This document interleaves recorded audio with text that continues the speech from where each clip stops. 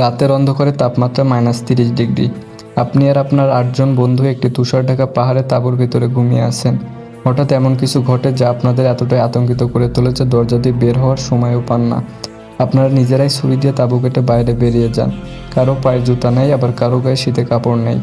আর কয়েক ঘন্টা পর সবাই মৃত। কিন্তু সবচেয়ে ভয়ঙ্কর ব্যাপার হলো কিছু মৃতদেহের চোখ ছিল না, কারো জিহ্বা উধাও, আর কারো বুকের হাড় এমনভাবে ভেঙে গিয়েছিল যেন কোনো গাড়ি তাকে চাপা দিয়েছে। কিন্তু আশেপাশে ছিল না কোনো মানুষ, না কোনো যুদ্ধ, না কোনো খুনির চিহ্ন। তাহলে সেই রাতে আসলে কি ঘটেছিল? আজ আমরা জানবো ডায়াটলগ পাস ইনসিডেন্ট নামে পৃথিবীর অন্যতম ভয়ঙ্কর ও অমীমাংসিত রহস্য।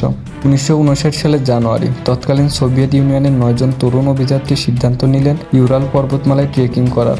এই দলের নেতা ছিলেন 23 বছর বয়সী ইগর ডায়াটলভ। সবাই ছিলেন অভিজ্ঞ স্কিয়ার এবং পর্বত আরোহী। তাদের লক্ষ্য ছিল উত্তর ইউরাল অঞ্চলের দুর্গম পাহাড় অতিক্রম করা। এই অভিযানকে সেই সময় অত্যন্ত কঠিন ধরা হতো, কিন্তু দলের সদস্যরা ছিলেন আত্মবিশ্বাসী। তারা জানতেন না যে এই যাত্রাই হবে তাদের জীবনের শেষ যাত্রা। দলটি 23 জানুয়ারি যাত্রা শুরু করে। প্রথম কয়েকদিন সবকিছু স্বাভাবিক ছিল। তারা ছবি তুলছিলেন, হাসছিলেন, ডায়েরি লিখছিলেন। আজও সেই ছবিগুলো দেখে মনে হয় তারা কতটা আনন্দে ছিলেন। কিন্তু 1 ফেব্রুয়ারি রাত সবকিছু বদলে যায়।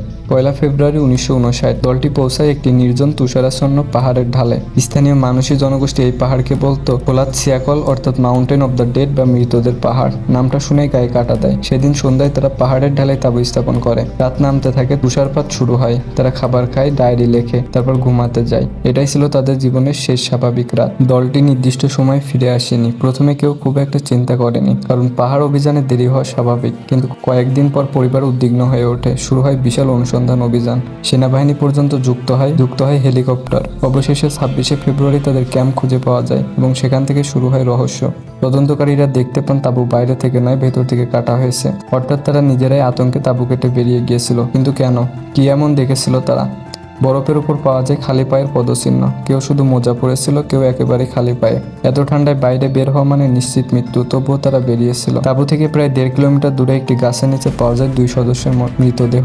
তাদের শরীরে প্রায় কোনো পোশাক ছিল না। তারা সম্ভবত আগুন জ্বালানোর চেষ্টা করেছিল। গাছের ডাল ভাঙার চিহ্ন পাওয়া যায়। মনে হচ্ছিল উপরে উঠে কিছু দেখার চেষ্টা করেছিল। আরো কয়েকশো মিটার দূরে পাওয়া যায় দলের নেতা ইগর ডায়াটলভের মৃতদেহ। মনে হচ্ছিল তিনি তাঁবুর দিকে ফেরার চেষ্টা করছিলেন, কিন্তু পারেননি। এক এক করে আরো কয়েকজনের দেহ পাওয়া যায়। সবাই জমে মারা গিয়েছিলেন, কিন্তু এরপর যা পাওয়া গেল তা তদন্তকারীদেরও স্তম্ভিত করে দেয়। বরফ গলতে শুরু করলে বাকি 4 জনের মৃতদেহ খুঁজে পাওয়া যায় এবং এখানেই রহস্য আরো গভীর হয়। এক নারীর জিহ্বা ছিল না, কিছু মৃতদেহের চোখ অনুপস্থিত ছিল।